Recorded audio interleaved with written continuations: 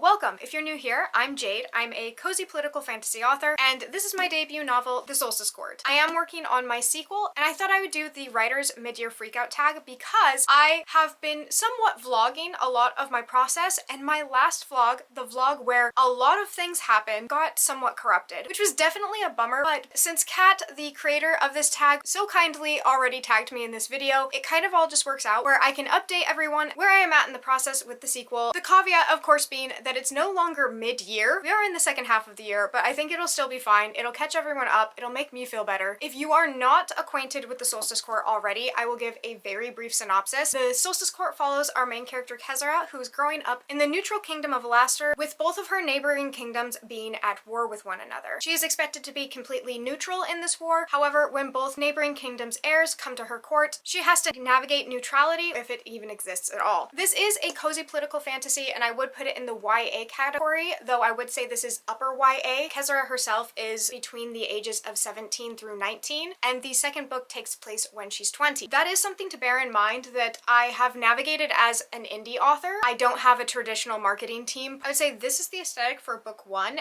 and this is the aesthetic for book 2. I don't know, keep that in mind. I really enjoyed writing this book, and I actually wrote its sequel and its sequel. It's a trilogy all at one time, so it was one continuous story that I then found natural breaks in and broke it into 3 books. So the second book and third book already had a 0 draft, and what I've been working on lately is creating a more stalwart, structurally sound first draft. With all of that exposition out of the way, let's go ahead and get into this tag, which is pretty much a giant update of my writing, as well as talking about goals in the second half of the year. If you see me looking down, it is because I have the questions up, because I have not memorized them. Question 1. Did you set any writing goals at the beginning of the year? What were they? Are you on track? Yes, I did set writing goals at the beginning of the year. I don't know if I put them in a video or not, but essentially my goal is to have this book with ARC readers by the end of the year. I would love if that happened sooner. As of right now, I'm just trucking along and doing my best. I feel like I could be on track, but a lot of that is out of your control once you have written the book, because you are putting it into readers' hands and everyone reads at a different pace, and you really don't want to rush that part of the process or give it too much pressure. Otherwise, you're going to get people who rush through the process because they're under too much pressure, and the feedback is going to suffer for it. As well as just having really stressed readers, which is not what I want for a cozy fantasy. Yes, I'm on track, but I might go off track, and if that happens, it's gonna be okay, because again, I don't have a marketing team. The plus side of that is that I am my marketing team. I can only stress myself out. If not already covered, what are you currently working on, and how much writing have you done so far this year? I did cover that I was working on my sequel, which is The Solstice Heir. However, as far as the progress made on it, this is a new update because in my corrupted file, I actually finished this draft. I gave my first draft to my editor, Yumi Yamamoto. She's also linked down below if you're looking for an editor. She is phenomenal. I made changes, and now it's with 2 of my alpha readers, which is just so crazy and insane. Like, the process is actually moving. It's actually happening, and that's just really cool and exciting. And the file got corrupted where I finished the draft. I was so excited to have finished the draft, but you get pretty close to realizing I'm going to finish the draft in my Tamara Pierce vlog, which is where I do Tamara Pierce's writing routine, and we get to like the bitter end of the book. So while it doesn't have the same oomph and impact, I still highly recommend that video because I had a lot of fun making it. Have you reached any milestones so far this year? It can be word count, stage in the project, or other events. As far as word count goes, I am trying not to be stressed on word count, but it is currently the size of my first book in its finished word count. The Solstice Court comes in at 404 pages in hardback and 414 pages in paperback. It is 135,000 words, if I'm remembering correctly, and the draft for the second book is at 140. I wanted it to be about the same size as this one. I feel like it's telling the same amount of story, but I also think once my alpha readers are finished and the developmental edits are finished, I can really start trimming down some of those sentences and stragglers and like things that make a book longer than it needs to be once we have everything just completely solidified, which is my favorite stage of the process anyway, so we're getting there. We're just not there yet. What does your writing routine look like right now, if you have one? Has it changed since the beginning of the year? Are you happy with it? Yes, I have a writing routine. It constantly changes because I teach throughout the year. I'm in summer break right now, so my writing routine is actually a documented regimented writing routine I have where I write in the mornings. I'm just going to link every video I mentioned down below in the order that I mentioned them in case you want to check these out, because it's quite a robust list now of me writing and my process, and I think that that video gives a really succinct look at what I've been doing this summer. Essentially, my mornings are spent writing, and then at work I also spend a lot of time writing, and then I get the rest of my life together in the afternoons. Mornings are my sweet spot for writing, and it's like the first thing I do when I wake up. I naturally wake up at 6. I'm not trying to, I just do. I also have a lot of videos, an entire playlist worth of night write vlogs, and that's because often during the school year I just don't have time to write in the mornings. My mornings are incredibly busy, so I actually try and steal like little pockets of time at night, and so that's when you get more night write vlogs. Right now, night write vlogs are kind of on hold because I'm not writing at night, but once the school year starts back up, so will night write vlogs, most likely. Gosh, I'm long-winded. Have you encountered any good resources about writing? I have definitely come across a lot of free resources, such as I think Word Hippo, which has synonyms, and Hemingway, which has different grammatical things so I can check my grammar. I also roughly use the Save the Cat writing method for outline and plotting, which comes in handy after I've already written my draft. As I said before, all 3 of my books in zero draft form, I am a pantser, were already completed, and then after the fact I stuck them into Save the Cat beat sheet to see that I was making sure I was hitting the certain plot beats at certain points, and if I wasn't, that happened a lot in the structural changes and revisions early on. You can buy the book, but you can find the entire beat sheet and like breakdowns online. I can link the website itself down below. If you write to a playlist, what are your current go-to songs? I don't write listening to a playlist. I listen to a playlist to get into the writing headspace, and I have certain songs that go with certain characters or certain scenes. I can say one of the main artists I listen to is Aurora for the overall theme and message of the grander plot of all 3 books, like the story in its entirety. I listen to Aurora. I won't specify which songs because I think it actually gives plot points away, just because that's why I listen to them so much, is because they're keyed into exactly the story I'm trying to tell. For Akaika, I listen to a lot of Woodkid. Akaika is one of my characters in my story, one of the love interests. And then for battle scenes, I listen to a lot of Saint Mesa. So scenes that are climactic in nature or big battles or moments, it just has like really good high building tension music. So Saint Mesa is another one I listen to. Again, not giving away any specifics because I pay way too much attention to that and I don't want anyone to glean what's happening in the story. Toughest moment related to writing so far this year. I had to kill one of my characters and I mourned them. I knew the day I was going to do it. I knew it was going to be upsetting, so I planned to do nothing that day besides write that scene. I'd been avoiding it. Even in my zero draft, it was just an empty slot that said, you know what you have to do. I knew it was there in my zero draft, but it wasn't actually physically there. It was just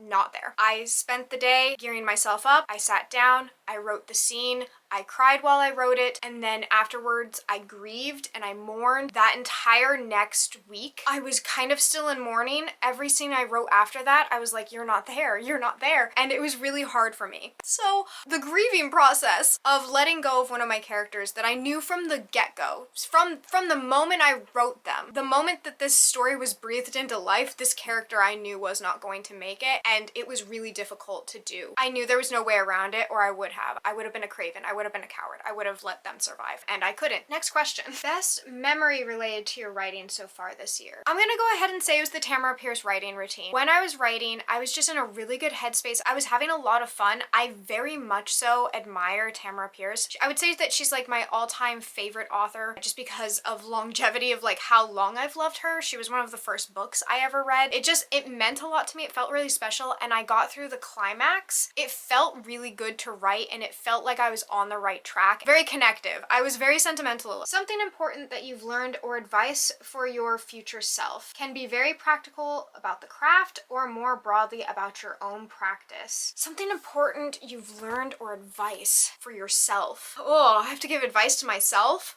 Hang in there, kiddo. I don't know. Let's see. Advice for myself. I have to think about where I was last time I was in this part of the process because this is not my favorite part of the draft. We're still not in the structurally sound area. The developmental edits are still somewhat in flux. Doesn't really sit well with me because it's hard to change things once I've concreted them into my mind of what is canon, what happened. And so removing scenes, and so shifting and changing those things and allowing them to be something else. My advice to myself is to allow the story to be told how it needs to be told and translated. I need to think of this story as a translation of what actually happened inside my mind, because what's in my mind is going to make so much more sense with all the nuances and little things, but I am translating it right now for other people's minds so that other people can see and understand what I'm trying to say, and that sometimes means changing the way you say something or allowing it to look a different way for someone else to better understand it. I hope that's translating well, but the point is that the story in my mind needs to be translated onto paper and allowing that to happen. Let that happen, allow it to happen. It is part of the artistic process. I'll always have stories inside of my head. I'm deciding to take them out of my head, so sometimes things have to look different and change. I'll probably need that advice really soon because my alpha readers now have my book. Readers have my book that are not me or my editor, and so they're gonna have opinions, and I know it's gonna just drive me nuts, and I'm so thankful for them.